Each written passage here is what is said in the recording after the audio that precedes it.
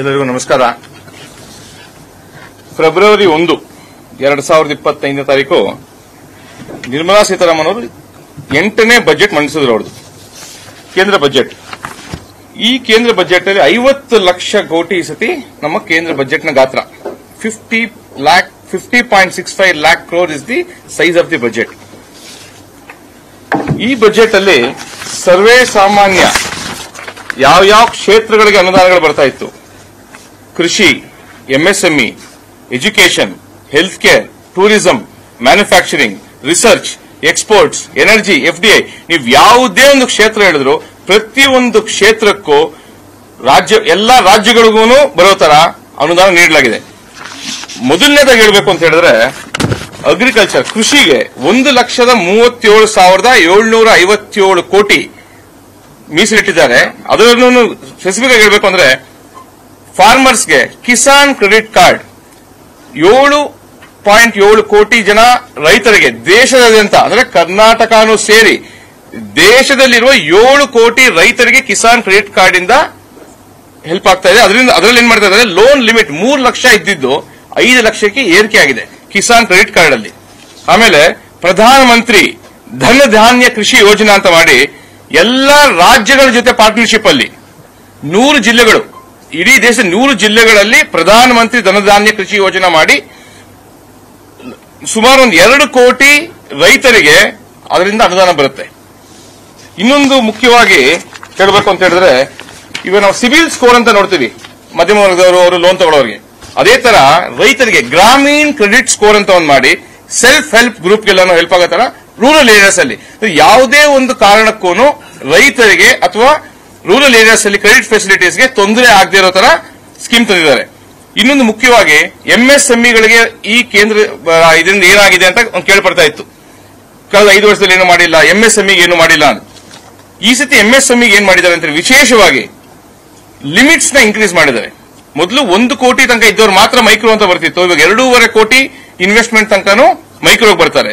Small 25 ಕೋಟಿ turn over ಇರೋ ತನಕ ಸ್ಮಾಲ್ ಎಂಟರ್ಪ್ರೈಸಸ್ಗೆ, 125 ಕೋಟಿ ಟರ್ನ್ ಓವರ್ ಮಾಡೋ ತನಕ ಮೀಡಿಯಂ ಎಂಟರ್ಪ್ರೈಸಸ್ಗೆ. ಅದೊಂದೇ ಅಲ್ಲದೆ ಎಂಎಸ್ಎಂಇಲಿ ಕ್ರೆಡಿಟ್ ಕೊಡ್ತಾರಲ್ಲ, ಕ್ರೆಡಿಟ್ ಗ್ಯಾರಂಟಿ, ಅದರಲ್ಲಿ 5 ಕೋಟಿಯಿಂದ 10 ಕೋಟಿ ಜಾಸ್ತಿ ಮಾಡಿ. ಅಂದ್ರೆ ಎಂಎಸ್ಎಂಇ ಮೈಕ್ರೋ ಸ್ಮಾಲ್ ಅಂಡ್ ಈ ಮೀಡಿಯಂ ಎಂಟರ್ಪ್ರೈಸಸ್ಗೆ ಎಷ್ಟು ಹೆಲ್ಪ್ ಆಗ್ತಾ ಇದೆ ಈ ಬಜೆಟ್ ಇಂದ ಅಂತ ಹೇಳಿದ್ರೆ, ಸ್ಪೆಷಲ್ ಆಗಿ customise credit cards for MSME for 5 lakh limit. ಆಮೇಲೆ ಪ್ರತ್ಯೇಕವಾಗಿ ಹೇಳಬೇಕು ಅಂತ ಹೇಳಿದ್ರೆ ಫಸ್ಟ್ ಟೈಮ್ ಆಂಟರ್ಪ್ರಿನರ್ಸ್ಗೆ ವಿಶೇಷವಾಗಿ 5 ಲಕ್ಷ ಮಹಿಳೆಯರಿಗೆ, ಅದರಲ್ಲೂ SC ST ಮಹಿಳೆಯರಿಗೆ ಸ್ಪೆಷಲ್ ಆಗಿ 2 ಕೋಟಿ ತನಕ ಲೋನ್ಗಳು ಫಾರ್ ದ ನೆಕ್ಸ್ಟ್ 5 years ಕೊಡ್ತಾ ಇದ್ದಾರೆ. ಇದು ಎಂಎಸ್ಎಂಇ ಇಲ್ಲಿ. ನೆಕ್ಸ್ಟ್ ಎಜುಕೇಶನ್ ಬಂದಾಗ ಮೆಡಿಕಲ್ ಸೀಟ್ಗಳು ನೋಡ್ತಾ ಇದೀವಿ. ಈ ವರ್ಷ 10,000ಕ್ಕಿಂತ ಜಾಸ್ತಿ ಮೆಡಿಕಲ್ ಸೀಟ್ಗಳು ಆಡ್ ಆಗಲಿದೆ. 75,000 ಸೀಟ್ಗಳು ಬರೋ 5 ವರ್ಷಗಳಲ್ಲಿ. ಆಮೇಲೆ ಇವತ್ತಿಗೆ ಇಂಡಿಯಾ ಎಲ್ಲಿ ನಡೀತಾ ಇದೆ, artificial intelligence is taking over today's technology. ಅದಕ್ಕಾಗಿ centre of excellence in artificial intelligence ಅದಕ್ಕೊಂದು 500 ಕೋಟಿ ಮೀಸಲಿಟ್ಟಿದ್ದಾರೆ. ಆಮೇಲೆ ಪ್ರತಿಯೊಂದು ಶಾಲೆಗೂ ದೇಶದಾದ್ಯಂತ ಕರ್ನಾಟಕನೂ ಸೇರಿ, ಯಾಕಂದ್ರೆ ಗೊತ್ತು ಪ್ರಶ್ನೆ ಎಲ್ಲಿ ಬರುತ್ತೆ ಅಂತ, ಎಲ್ಲಾ ಸ್ಕೂಲ್ಗಳಿಗೂ ಬ್ರಾಡ್ ಬ್ಯಾಂಡ್ ಕನೆಕ್ಟಿವಿಟಿ ಮಾಡ್ತಾ ಇದ್ದಾರೆ. ಸಮಗ್ರ ಶಿಕ್ಷಾ ಯೋಜನೆಯಲ್ಲಿ ಎಲ್ಲಾ ಶಾಲೆಗಳಿಗೂ broadband connectivity. Next tourism. ಈಗ ಬೇರೆ ಬೇರೆ ಪ್ರದೇಶಗಳು ಅಲ್ಲಿ ಹೋಮ್ ಸ್ಟೇಗಳಿರುತ್ತೆ. ಹೋಮ್ ಸ್ಟೇಗಳಿಗೆ ಅಪ್ಗ್ರೇಡೇಷನ್ಗೆ ಲೋನ್ಗಳು ಸಿಗ್ತಾ ಇರಲಿಲ್ಲ. ಹೋಮ್ ಸ್ಟೇಗಳನ್ನ ಮುದ್ರಾ ಸ್ಕೀಮ್ ಅಲ್ಲಿ ತಂದು ಹೋಮ್ ಸ್ಟೇ ನಡೆಸೋರಿಗೆ ಮುದ್ರಾ ಲೋನ್ಸ್ ಕೊಡ್ತಾ ಇದ್ದಾರೆ. ಅದರಲ್ಲೂ ಉಡಾನ್ ಸ್ಕೀಮ್ ಅಲ್ಲಿ 120 ಹೊಸ ಜಾಗಗಳಿಗೆ ಏರ್ ಫೆಸಿಲಿಟಿ. ಇವತ್ತಿಗೆ ಯಾರೇ ಒಬ್ಬ ಸಾಮಾನ್ಯ ಮನುಷ್ಯನು ಫ್ಲೈಟ್ ಅಲ್ಲಿ ಹೋಗಬೇಕು ಅಂತಾದ್ರೆ ಉಡಾನ್ ಸ್ಕೀಮ್ ಇಂದ ಇವತ್ತಿಗೆ 120 ಜಾಗಗಳಿಗೆ 4 ಕೋಟಿಗಿಂತ ಹೆಚ್ಚು ಜನಗಳಿಗೆ ಹೆಲ್ಪ್ ಆಗುತ್ತೆ. ಉಡಾನ್ ಸ್ಕೀಮ್ ಬರ್ತಾ ಇದೆ. ಆಮೇಲೆ ಟಾಪ್ 50 ಟೂರಿಸ್ಟ್ ಡೆಸ್ಟಿನೇಷನ್ಸ್ ದೇಶಾದ್ಯಂತ, ಇದು ಕರ್ನಾಟಕನೂ ಸೇರಿ 50 ಡೆಸ್ಟಿನೇಷನ್ಸ್ ಸ್ಟೇಟ್ ಗವರ್ಮೆಂಟ್ ಪಾರ್ಟ್ನರ್ಶಿಪ್ ಜೊತೆಗೆ ಮಾಡ್ತಾ ಇದ್ದಾರೆ. ಸೊ ಹಾಗಾಗಿ ಇನ್ಫ್ರಾಸ್ಟ್ರಕ್ಚರ್ ಫಂಡ್ ತಗೊಂಡಾಗ ಅರ್ಬನ್ ಚಾಲೆಂಜ್ ಫಂಡ್ ಈ ಸಿಟಿಗಳಿಗೆ ಮಾಡ್ತಾ ಇದ್ದಾರೆ. ಅದಕ್ಕೆ 1 ಲಕ್ಷ ಕೋಟಿ ಬಜೆಟ್ ಇದೆ. 2025-26ಕ್ಕೆ 10,000 ಕೋಟಿ ಮೀಸಲಿಟ್ಟಿದ್ದಾರೆ. ಅದು redevelopment of cities and water and sanitation. ಇದಕ್ಕೆ ಸ್ಪೆಸಿಫಿಕ್ ಆಗಿ ಅರ್ಬನ್ ಚಾಲೆಂಜ್ ಫಂಡ್ ಅಂತ ಮಾಡಿರೋದು. ಬರೀ ಡಿಪಿಆರ್ ಗಳು ಮಾಡಿ ಕಾಪಿ ಪೇಸ್ಟ್ ಮಾಡಿದ್ರೆ ಆಗಲ್ಲ. ಇದು ಅರ್ಬನ್ ಚಾಲೆಂಜ್ ಫಂಡ್ ಅಂತ ಇಟ್ಟು ಇದರಲ್ಲಿ ವಾಟರ್ ಅಂಡ್ ಸ್ಯಾನಿಟೇಷನ್ಗೆ ಪ್ರತ್ಯೇಕವಾಗಿ ಇದನ್ನ ಮೀಸಲಿಟ್ಟಿರೋದು. ಆಮೇಲೆ ಸ್ವಾಮಿ fund, special window for affordable and mid income housing, ಇದರಲ್ಲಿ 15,000 ಕೋಟಿ ಮೀಸಲಿಟ್ಟು 1 ಲಕ್ಷ ಮನೆಗಳನ್ನು ಬ್ಲೆಂಡೆಡ್ ಫೈನಾನ್ಸ್ ಮುಖಾಂತರ ಮಾಡ್ತಾ ಇದ್ದಾರೆ. ಸೊ ಹಾಗಾಗಿ ಪ್ರತಿಯೊಂದು ಕ್ಷೇತ್ರಕ್ಕೂ ವಿವಿಧ ಕ್ಷೇತ್ರಗಳಲ್ಲಿ ಅನುದಾನ ನೀಡಲಾಗಿದೆ.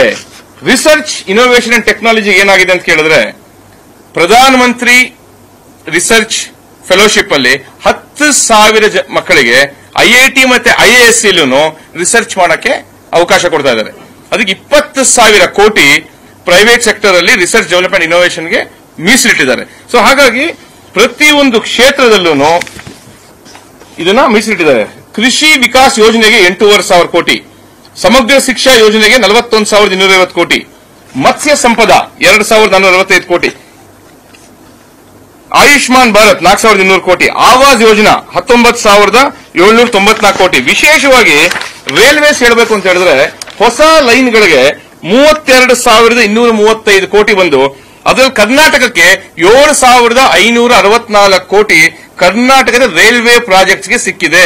ಸೊ ಹಾಗಾಗಿ ನ್ಯೂ ಎಂಪ್ಲಾಯ್ಮೆಂಟ್, ಉದ್ಯೋಗ ಸೃಷ್ಟಿ ಎಲ್ಲಾಗ್ತದೆ ಅಂತ ಕೇಳಿದಾಗ ನ್ಯೂ ಎಂಪ್ಲಾಯ್ಮೆಂಟ್ ಜನರೇಷನ್ ಸ್ಕೀಮ್ ಅಲ್ಲೇನೆ 20,000 ಕೋಟಿ ಮೀಸಲಿಟ್ಟು ಹೊಸ ಉದ್ಯೋಗಗಳ ಸೃಷ್ಟಿಗೆ ಇದು ಕಾರಣ ಆಗುತ್ತೆ.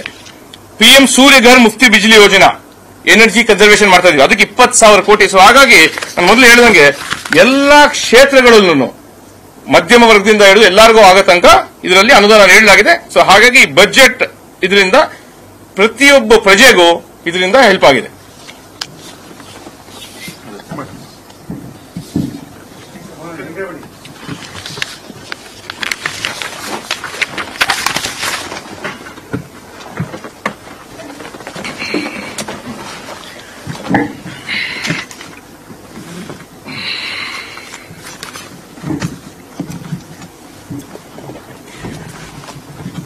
ಎಲ್ಲರಿಗೂ ನಮಸ್ಕಾರ. ಪ್ರಶಾಂತ್ ಅವರು ಹೇಳ್ದಂಗೆ ನಿರ್ಮಲಾ ಸೀತಾರಾಮನ್ ಅವ್ರ ಬಗ್ಗೆ ಬಹಳ ಅಪಪ್ರಚಾರ ಮಾಡಿದ್ರು. ಎಸ್ಪೆಷಲಿ ಕಾಂಗ್ರೆಸ್ನವರು ಬಹಳಷ್ಟು ಟ್ರೋಲ್ ಪೇಜ್ಗಳೆಲ್ಲಾನು ಕಳೆದ 8 ವರ್ಷಗಳಿಂದ, 8ನೇ ಬಾರಿ ಅವರು ಬಜೆಟ್ ಪ್ರೆಸೆಂಟ್ ಮಾಡೋಕ್ಕಿಂತ ಮುಂಚೆ ಯಾವ ಮಟ್ಟದಲ್ಲಿ ಒಂದು ಅಪಪ್ರಚಾರ ಮಾಡಿದ್ರು ಅಂದ್ರೆ, ಏನೋ ಜಗತ್ನಲ್ಲಿ ಮೋದಿ ಅವರು ಅಥವಾ ನಿರ್ಮಲಾ ಸೀತಾರಾಮನ್ ಅವರು ಅಧಿಕಾರಕ್ಕೆ ಬಂದ ಮೇಲೇನೆ ತೆರಿಗೆ ಬಂದ್ಬಿಟ್ಟಿದೆ ಭಾರತದಲ್ಲಿ ಅನ್ನೋ ರೀತಿಯಲ್ಲಿ ಬಿಂಬಿಸುವಂತ ಒಂದು ಅಪಪ್ರಚಾರದ ಕೆಲಸ ನಡೆದಿತ್ತು. ಇಲ್ಲಿ ಮಾಡ್ಲಿ, ಅವ್ರು ಅದನ್ನ ಬಿಟ್ಟು ಬೇರೇನೋ ಮಾಡ್ಲಿಕ್ಕೆ ಆಗೋದಿಲ್ಲ. ಆದ್ರೆ ಈ ಬಜೆಟ್ ನ ಒಂದು ಮೈನ್ ಹೈಲೈಟ್ 2025-26 ಕೇಂದ್ರ ಬಜೆಟ್ ನಿಮ್ಗೆಲ್ಲ ಗೊತ್ತಿರೋ ಹಾಗೆ ಈ ತೆರಿಗೆ ಮಿತಿ ಹೆಚ್ಚಳ, ಹಿಂದೆ ಇದ್ದಂತ 7 ಲಕ್ಷದಿಂದ 12 ಲಕ್ಷಕ್ಕೆ ಯಾವ ರೀತಿಯಾಗಿ ಆಲ್ಮೋಸ್ಟ್ ಒಂದು 80% ಒಂದೇ ಸಲ ಜಂಪ್ ಮಾಡಿದ್ರಲ್ಲ, ಅದರ ಬಗ್ಗೆನೂ ಕಾಂಗ್ರೆಸ್ ಪಕ್ಷ ಇವತ್ತು ರಾಜ್ಯದಾದ್ಯಂತ ಒಂದು ಅಪಪ್ರಚಾರ ಮಾಡುವಂತ ಕೆಲಸ ಮಾಡ್ತಾ ಇದೆ. ಯಾವ ರೀತಿ ಮಾಡ್ತಾ ಇದೆ ಅಂದ್ರೆ, ಒಂದ್ ಕಡೆ ತೆರಿಗೆ ಇಲ್ಲ ಅಂತಾರೆ, ಇನ್ನೊಂದ್ ಕಡೆ ಸ್ಲ್ಯಾಬ್ ಇದೆ ಅಂತ ಹೇಳ್ಬಿಟ್ಟು ಜನಗಳ ಬಳಿ ಒಂದು ಸುಳ್ಳನ್ನ ತಗೊಂಡೋಗಿ ಮತ್ತೆ ಸುಳ್ಳನ್ನ ನಿಜ ಮಾಡುವಂತ ಕೆಲಸಕ್ಕೆ ಕೈ ಹಾಕ್ತಾ ಇದೆ. ನೀವು ನೋಡಿರ್ಬೋದು, ಟ್ವಿಟರ್ ಅಲ್ಲಿ ಟ್ವೀಟು ಮಾಡ್ತಾ ಇದ್ದಾರೆ. ಆಮೇಲೆ ಸೋಕಾಲ್ಡ್ ನಮ್ಮ ಕೆಲವೊಂದಷ್ಟು ಜನ ಮಂತ್ರಿಗಳು ಕಾಂಗ್ರೆಸ್ ನಲ್ಲಿ ತಮ್ಮಂತ ತಾವು ಆರ್ಥಿಕ ತಜ್ಞರು ಅಂತ ಅನ್ಕೊಂಡು ಮಾತಾಡ್ತಾ ಇರೋಂಥದ್ದು, ಕೊಡ್ತಿರೋಂಥ ಸ್ಟೇಟ್ಮೆಂಟ್ಗಳು ಕಾಂಗ್ರೆಸ್ ಪಕ್ಷದವರು. ಬಟ್ ನಾನ್ ಹೇಳಲಿಕ್ಕೆ ಇಷ್ಟಪಡ್ತೀನಿ, ಅಥವಾ ಜನಗಳಿಗೆ ಯಾರ್ಯಾರ ಟ್ಯಾಕ್ಸ್ ಬ್ರಾಕೆಟ್ ಅಲ್ಲಿ ಇರೋ ಮಧ್ಯಮ ವರ್ಗದವರಾಗ್ಬೋದು, ಯಾರಾದ್ರೂ ಇರ್ಬೋದು, ಅವ್ರಿಗೆ ಹೇಳೋದು ಒಂದೇನೇನೆ, 12 ಲಕ್ಷ ರೂಪಾಯಿವರೆಗೂ ನಿಮ್ಮ ಆದಾಯ ಇದ್ರೆ, ಸ್ಯಾಲರಿ ಬಿಟ್ಟು, ಸ್ಯಾಲರಿ ಇದ್ದು 12,75,000 ಇದ್ರೆ ನೀವು 1 ರೂಪಾಯಿನೂ ಟ್ಯಾಕ್ಸ್ ಕಟ್ಟೋ ಆಗಿಲ್ಲ. ಸಿದ್ದರಾಮಯ್ಯನವ್ರ ಭಾಷಣ ಹೇಳಬೇಕು ಅಂದ್ರೆ, ಕಾಕಾ ಪಾಟೀಲ್ 12 ಲಕ್ಷ ಇದ್ರೂ ಟ್ಯಾಕ್ಸ್ ಕಟ್ಟಂಗಿಲ್ಲ, ಮಾದೇವಪ್ಪ 12 ಲಕ್ಷ ಇದ್ರೂ ಟ್ಯಾಕ್ಸ್ ಕಟ್ಟಂಗಿಲ್ಲ. Very clear. 12 ಲಕ್ಷ ಕ್ರಾಸ್ ಆದ್ರೆ ಮಾತ್ರ ಸ್ಲ್ಯಾಬ್ ಅಪ್ಲೈ ಆಗೋದು. 12 ಲಕ್ಷದವರೆಗೂ 1 ರೂಪಾಯಿ ಕಟ್ಟೋ ಆಗಿಲ್ಲ. ಕಾಂಗ್ರೆಸ್ ಅವಧಿನಲ್ಲಿ ಏನಾಗ್ತಾ ಇತ್ತು, 2014ರಲ್ಲಿ ತಿಂಗಳಿಗೆ 17,000 ರೂಪಾಯಿ ಸಂಬಳ ಬಂದ್ರೆ ಸಾಕು, ನಿಮ್ಮ ಹತ್ರ ಟ್ಯಾಕ್ಸ್ ಕಿತ್ಕೊಂಡ್ಬಿಡೋರು, ಇನ್ಕಮ್ ಟ್ಯಾಕ್ಸ್. ಎಲ್ಲಿ 10 ವರ್ಷದ ಕೆಳಗಡೆ 2014ರಲ್ಲಿ ತಿಂಗಳ 17,000 ರೂಪಾಯಿ ಬಂದ್ರೆ ಸಾಕು, ಟಿಡಿಎಸ್ ಆಗಿರೋದು. ಇವತ್ತು ನೀವು ತಿಂಗಳಿಗೆ 1,06,000 ರೂಪಾಯಿ ಸಂಬಳ ಬಂದ್ರೂ ನಿಮ್ಗೆ 1 ರೂಪಾಯಿ ಟಿಡಿಎಸ್ ಆಗೋದಿಲ್ಲ. ಅಂದ್ರೆ ತಿಂಗಳಿಗೆ ಹತ್ರ 6,500ರಿಂದ 7,000 ರೂಪಾಯಿ ಉಳಿತಾಯ ಆಗ್ತಿದೆ ಒಬ್ಬೊಬ್ಬರಿಗೆ. ಆ 6,500ರಿಂದ 7,000 ರೂಪಾಯಿನ ಇವತ್ತು ಆ ಮಧ್ಯಮ ವರ್ಗದ ಜನರು ಅಥವಾ ಯಾರ ಟ್ಯಾಕ್ಸ್ ಬ್ರಾಕೆಟ್ ಅಲ್ಲಿ ಇದಾರೋ ಅವರಿವತ್ತು ಒಂದು ಕಾರ್ ತಗೊಂಡ್ರೆ ಕಾರ್ EMI ಬಳಸಬಹುದು, ಒಂದು ಟೂ ವೀಲರ್ ತಗೊಂಡ್ರೆ ಟೂ ವೀಲರ್ EMI ಬಳಸಬಹುದು. ವರ್ಷಕ್ಕೆ 83,000 ಸೇವ್ ಆಯ್ತು ಅಂದ್ರೆ ತಮ್ಮ ಮಕ್ಕಳ ಒಂದು ವಿದ್ಯಾಭ್ಯಾಸದ ಒಂದು ಶಾಲೆ ಶುಲ್ಕಾಗಿ ಬಳಸಬಹುದು. ಇವತ್ತು ಒಂದು ಸ್ಕೂಲ್ ಫೀಸ್ ಕಟ್ಟಬಹುದು ಆ ಉಳಿತಾಯದಲ್ಲಿ. ಕಾಂಗ್ರೆಸ್ ಅವರು ನಾವು ಮಾಡ್ಬಿಟ್ವಿ ಅಪ್ಲಿಫ್ಟ್ಮೆಂಟ್, ನಾವು ಮಾಡ್ಬಿಟ್ವಿ ಅಂತ ಹೇಳ್ಕೊಂಡು ತಿರ್ತಾರಲ್ಲ. ಸೊ ಈ ರೀತಿಯಾದಂತ ಒಂದು ಅತ್ಯುತ್ತಮ ಬಡ್ಜೆಟ್ ಅನ್ನ ಎಲ್ಲಾ ವರ್ಗದ ಜನರನ್ನು ಮನಸ್ಸಿನಲ್ಲಿ ಇಟ್ಟುಕೊಂಡು ಮಂಡಿಸಲಾಗಿದೆ. ಅದಕ್ಕೋಸ್ಕರ ನಿಮಗೆ 7 ಲಕ್ಷದಿಂದ 12 ಲಕ್ಷ ರೂಪಾಯಿವರೆಗೂ ಸ್ಲ್ಯಾಬ್ ನ ಇನ್ಕ್ರೀಸ್ ಮಾಡಿದ್ದು. ನಾನು ಆಗ್ಲೇ ಹೇಳಿದಂಗೆ ಮತ್ತೊಮ್ಮೆ ಹೇಳ್ತಾ ಇದ್ದೀನಿ, ತಿಂಗಳಿಗೆ 1,06,000 ರೂಪಾಯಿ ಸಂಬಳ ಬರೋರು 1 ರೂಪಾಯಿ ಟ್ಯಾಕ್ಸ್ ಕಟ್ಟಬೇಕಾಗಿಲ್ಲ. ನೀವೆಲ್ಲರೂ ಇಲ್ಲಿ ಇದ್ದೀರಾ, ನಿಮಗಳ ಸಂಬಳನೂ ಆ ಬ್ರಾಕೆಟ್ ನಲ್ಲಿ ಇದೆ, ನೀವುಗಳು ಯಾರು 1 ರೂಪಾಯಿ ಟ್ಯಾಕ್ಸ್ ಕಟ್ಟಬೇಕಾಗಿಲ್ಲ. ಏಪ್ರಿಲ್ 1ನೇ ತಾರೀಕಿಂದ ಅನ್ವಯ ಆಗುತ್ತೆ, ಯಾರಿಗೂ TDS ಮಾಡಬೇಕಾಗಿಲ್ಲ. ಸೊ ಕಾಂಗ್ರೆಸ್ನವರ ಈ ಅಪಪ್ರಚಾರ ಇದೆಯಲ್ಲ, ಒಂದ್ ಕಡೆ ಸ್ಲ್ಯಾಬ್ ತೋರಿಸಿ ಒಂದ್ ಕಡೆ 12 ಲಕ್ಷ ತೋರಿಸ್ಬಿಟ್ಟು, ಅದನ್ನ ಯಾರು ಜನಗಳು ನಂಬಬಾರದು. ಇದು ರಿಯಾಲಿಟಿ. 1ನೇ ತಾರೀಕಿಂದ ಗೊತ್ತಾಗುತ್ತೆ ಎಲ್ಲಾರ್ಗೂನು. ಮತ್ತೆ ಇದರಿಂದ ಹತ್ತತ್ರ ಇಡೀ ದೇಶದಲ್ಲಿ 1 ಕೋಟಿ ಜನರು ಈ ತೆರಿಗೆ ಬ್ರಾಕೆಟ್ ಇಂದ ಹೊರಗಡೆ ಬರ್ತಾ ಇದ್ದಾರೆ. 1 ಕೋಟಿ ಜನಕ್ಕೆ ಇದರಿಂದ ಬೆನಿಫಿಟ್ ಸಿಗ್ತಾ ಇದೆ. ಹತ್ತತ್ರ 1 ಲಕ್ಷ ಕೋಟಿಯಷ್ಟು ತೆರಿಗೆಯಿಂದ ಬರ್ತಿದ್ದಂತ ವರಮಾನ ಇವತ್ತು ಕೇಂದ್ರದ ಪಕ್ಷದಲ್ಲಿ ಕಡಿಮೆ ಆಗ್ತಾ ಇದೆ. ಯಾವ ರೀತಿಯಾಗಿ ಒಂದು ವರ್ಗದ ಜನರು ಒಂದು ಗಾದೆ ಇದೆ, ಮೋದಿಯವರು ಯಾವಾಗಲೂ ಹೇಳ್ತಿರ್ತಾರೆ, ಎಲ್ಲರೂ ಒಟ್ಟುಗೂಡಿ ಕೆಲಸ ಮಾಡಿದ್ರೆ ದೇಶ ಕಟ್ಟಕ್ಕಾಗೋದು, ಆ ಶ್ರಮಜೀವಿಗಳನ್ನ ನಾನು ಯಾವತ್ತೂ ಅಷ್ಟೇ ನಾನು ಗೌರವಿಸ್ತೀನಿ ಅಂತ ಹೇಳಿ ಅದನ್ನೇ ನಿರ್ಮಲಾ ಸೀತಾರಾಮನ್ ಅವರು ಹೇಳ್ತಾ ಇರ್ತಾರೆ. ಸೊ ಆ ನಿಟ್ಟಿನಲ್ಲಿ ಕಾಂಗ್ರೆಸ್ ಅವಧಿನಲ್ಲಿ 17,000 ಬಂದರೂ ಟ್ಯಾಕ್ಸ್ ಕಟ್ಟಬೇಕಾಗಿತ್ತು ತಿಂಗಳಿಗೆ, ಇವತ್ತದು 1,06,000 ಹೋಗಿದೆ. ಸೊ ಈ ಮಟ್ಟದ ಒಂದು ತೆರಿಗೆ ಕ್ರಾಂತಿ ಅಂತಾನೆ ಹೇಳ್ಬೋದು ಇದು. ಯಾಕಂದ್ರೆ ನೀವು ಹತ್ತದ 1 ಲಕ್ಷ ಕೋಟಿ ನಿಮ್ಮ ತೆರಿಗೆ ರಾಜಸ್ವಕ್ಕೆ ಕೊರತೆ ಆಗುತ್ತೆ. ಅದು ಬೇರೆ ಬೇರೆ ಮೂಲಗಳಿಂದ ಬಂದಿದೆ. ಯಾಕಂದ್ರೆ ನೀವು ಕಾರ್ಪೊರೇಟ್ ಪ್ರಾಫಿಟ್ ನೋಡ್ರೆ ಜಾಸ್ತಿ ಆಗಿದೆ ಕಳೆದ ವರ್ಷ. ಹಾಗಂತ ಏನ್ ಖರ್ಚು ಕಡಿಮೆ ಮಾಡಿಲ್ಲ. ಪ್ರಶಾಂತ್ ಅವರು ಹೇಳಿದಂಗೆ ಬಡ್ಜೆಟ್ ಸೈಜು ಜಾಸ್ತಿ ಮಾಡಿದ್ದಾರೆ. ಸೊ ಎಲ್ಲೂ ಏನೂ ಸಮಸ್ಯೆ ಆಗದಿರಾ ಸೊ ಜನಗಳಿಗೆ ಒಂದು ಉತ್ತಮ ಒಂದು ಯೋಜನೆ ಕೊಡೋದಾಗ್ಬೋದು, ಸೇವೆ ಕೊಡುವಂತ ನಿಟ್ಟಿನಲ್ಲಿ ಈ ಒಂದು ಅಮೆಂಡ್ಮೆಂಟ್ ಮಾಡಲಾಗಿದೆ. ಸೊ ಆದ್ರಿಂದ ಯಾರೂ ಸಹ ಕಾಂಗ್ರೆಸ್ನ ಅಪಪ್ರಚಾರಕ್ಕೆ ಒಳಗಾಗಬಾರದು. ಅವ್ರು ಹೇಳಿರುವಂತ ದೊಡ್ಡ ಶುದ್ಧ ಸುಳ್ಳು. 12,75,000 ಸಂಬಳ ತಗೊಳ್ಳುವಂತವ್ರು ಯಾರೂ ಕೂಡ ಒಂದೇ 1 ರೂಪಾಯಿ ಟ್ಯಾಕ್ಸ್ ಕಟ್ಟಬೇಕಾಗಿಲ್ಲ. Thank you. ಹೇಳ್ಬೇಕಾ?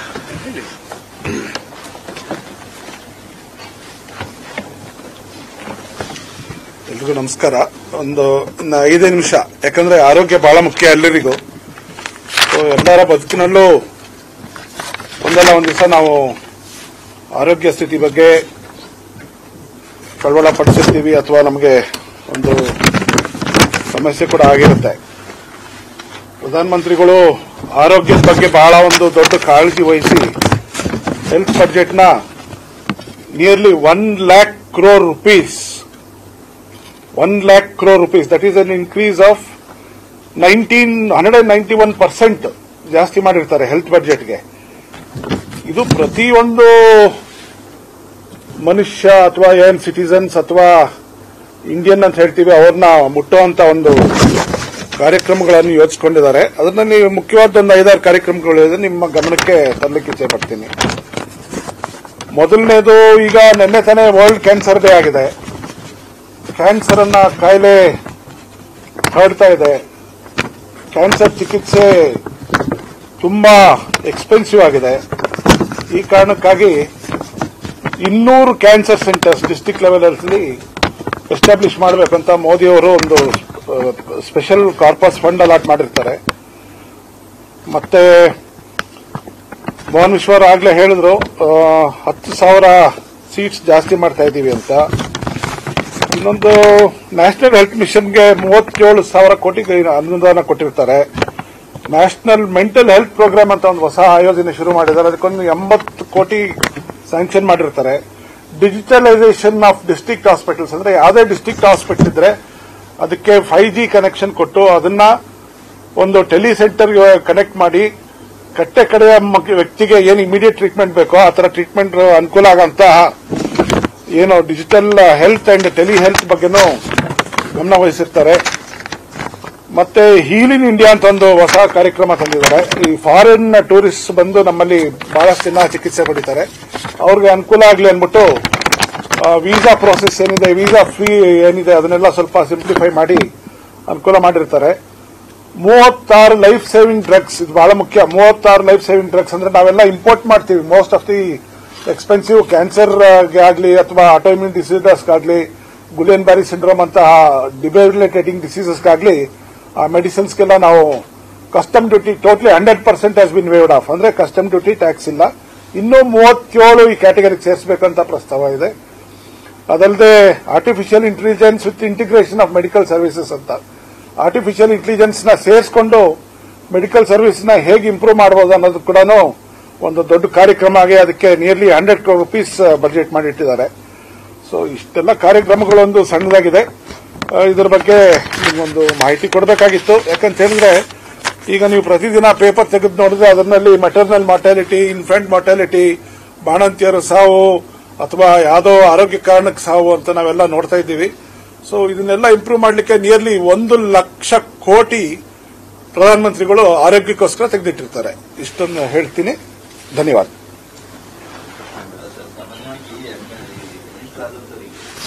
ಅವರ ಜಿಲ್ಲೆ ಅಥವಾ ರಾಜ್ಯ ಆ ಕ್ಷೇತ್ರ ಅನ್ನೋ ಒಂದು ಆಸಕ್ತಿ ಇರುತ್ತೆ.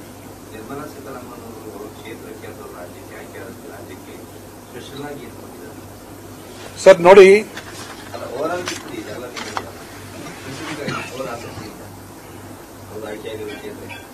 ಒಂದು ನಮ್ಮ ಕರ್ನಾಟಕದಲ್ಲಿ ಏಮ್ಸ್ ಲೈಕ್ ಇನ್ಸ್ಟಿಟ್ಯೂಷನ್ಸ್, ಈಗ ಏನು PMSSY ಇದೆ ಆ ತರ ಏಮ್ಸ್ ಲೈಕ್ ಇನ್ಸ್ಟಿಟ್ಯೂಷನ್ಸ್, ಅದಕ್ಕೆ ನಿಯರ್ಲಿ 400 crore rupees ಕೊಡ್ತಾ ಇದ್ದಾರೆ.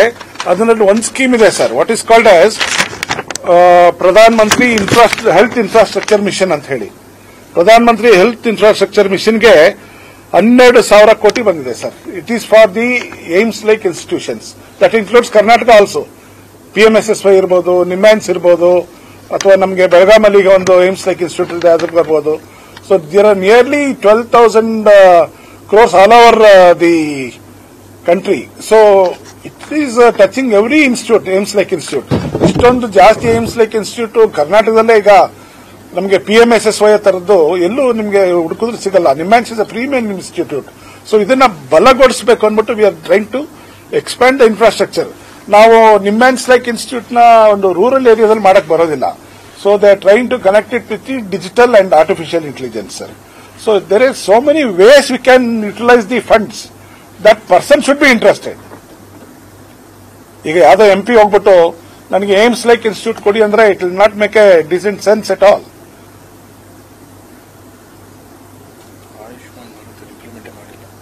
ಅದು ಬಹಳ ಇಂಪಾರ್ಟೆಂಟ್ ಪಾಯಿಂಟ್ ಸರ್. ನೀವು ಕೇಳಿದ್ರಿ ಆಯುಷ್ಮಾನ್ ಭಾರತ್ ಯಾಕೆ ಕರ್ನಾಟಕದಲ್ಲಿ ಮತ್ತು ಜಿಲ್ಲೆಯಲ್ಲಿ ಇಂಪ್ಲಿಮೆಂಟ್ ಆಗಿಲ್ಲ? ನಮ್ಮ ಲೀಡರ್ಸ್ ಯಾಕೆ ಅದ್ರ ಬಗ್ಗೆ ಲೋಕಲ್ ಅಥಾರಿಟೀಸ್ ನ ಕೇಳ್ತಿಲ್ಲ? Ayushman is directly link to the BPL card. BPL card ಸಮಸ್ಯೆಯಿಂದ ಆಯುಷ್ಮಾನ್ ಕಾರ್ಡ್ ಸಿಗ್ತಾ ಇಲ್ಲ. ನೀವು ಫಾರ್ ಎಕ್ಸಾಂಪಲ್ ಈಗ ಜಯದೇವ ಇನ್ಸ್ಟಿಟ್ಯೂಟ್ ಆಫ್ ಕಾರ್ಡಿಯಾಲಜಿಗೆ ಹೋದ್ರೆ ನಿಮ್ಗೆ ಟ್ರೀಟ್ಮೆಂಟ್ ಆಗಬೇಕಂದ್ರೆ ನಿಮ್ಗೆ BPL ಕಾರ್ಡ್ ಇರಲೇಬೇಕು. BPL ಕಾರ್ಡ್ ಇಲ್ಲ ಅಂದ್ರೆ ನಿಮ್ಗೆ ಟ್ರೀಟ್ಮೆಂಟೇ ಸಿಗೋದಿಲ್ಲ. First we have to concentrate on basics. ಈಗ ಹಾರ್ಟ್ ಅಟ್ಯಾಕ್ ಆದ್ರೆ ನಮ್ಗೆ BPL ಕಾರ್ಡ್ ಇಲ್ಲ ಅಂದ್ರೆ ಜಯದೇವದಲ್ಲಿ ಟ್ರೀಟ್ಮೆಂಟ್ ಕೊಡೋದಿಲ್ಲ. What is the state government doing? What is their contribution then? What is the local leader doing? What is his contribution?